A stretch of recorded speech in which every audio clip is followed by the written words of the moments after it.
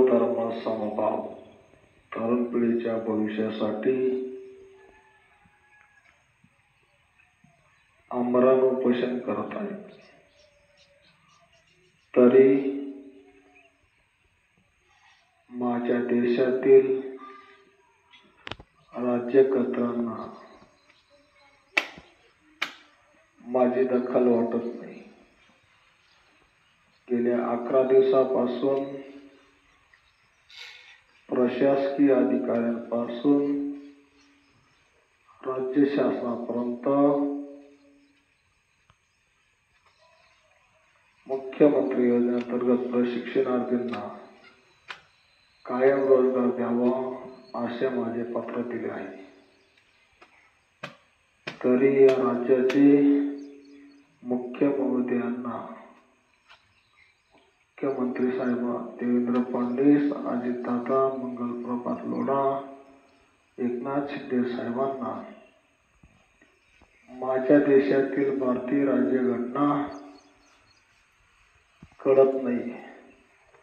कदाचित त्यांच्याकडे माझ्या प्रश्नाचे उत्तर नसावे. त्यांना परदेशात जाऊन एखादा वकील शोधावा लागत असेल. त्या वकिलाची फी जरी जास्त असेल तर त्यामुळे ते माझ्या प्रश्नाचं उत्तर देण्यास टाळाटाळ करत आहेत. देशाचे प्रधानमंत्री नरेंद्र मोदी साहेब स्वातंत्र्य दिनाच्या दिवशी 3.5 कोटी तरुणांना रोजगार देण्याचा शब्द सांगतात. राज्याचे माजी मुख्यमंत्री एकनाथ शिंदे, विद्यमान मुख्यमंत्री देवेंद्र फडणवीस साहेब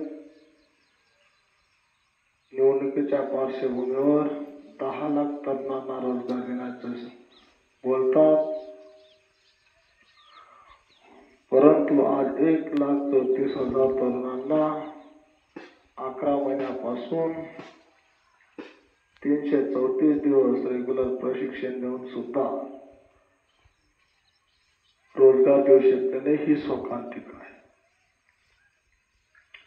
मी स्वतः इयत्ता 3री वर्ग शिक्षक म्हणून सुत्रेपाडा या गावात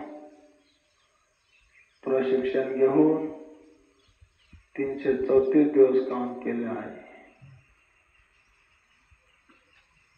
भारतीय राज्यघटनेच्या आधारावर तसेच 12वी वसतिगृह शाळेतील 12वी पदवीधर तरुणांना दिलेल्या रोजगाराच्या आधारावर शासनाकडून रोजगार मागत आहे. देशातील व राज्यातील तरुणांना रोजगार उपलब्ध करून देणं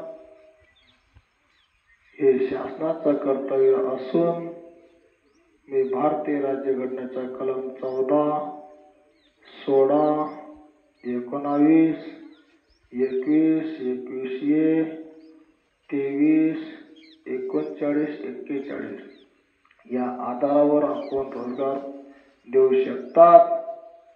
तरी सुद्धा शासनाला माझ्या प्रश्नाचे उत्तर देता येत नाही. याचा अर्थ कदाचित ज्यांना माझ्या देशाचं संविधान मान्य नसावं किंवा त्यांना त्या संविधानाचे उत्तर देता येत नसावे, म्हणून ते मला आजपर्यंत कोणत्याही प्रकारचं उत्तर देऊ शकले नाही. माझ्या तब्येतीमध्ये बिघाड होत असून मला डॉक्टर सुद्धा इलाज करत नाहीत. ही मोठी शोकांतिक आहे. भारत माता की जय. भारत माता की जय. संविधान जिंदाबाद. संविधान जिंदाबाद.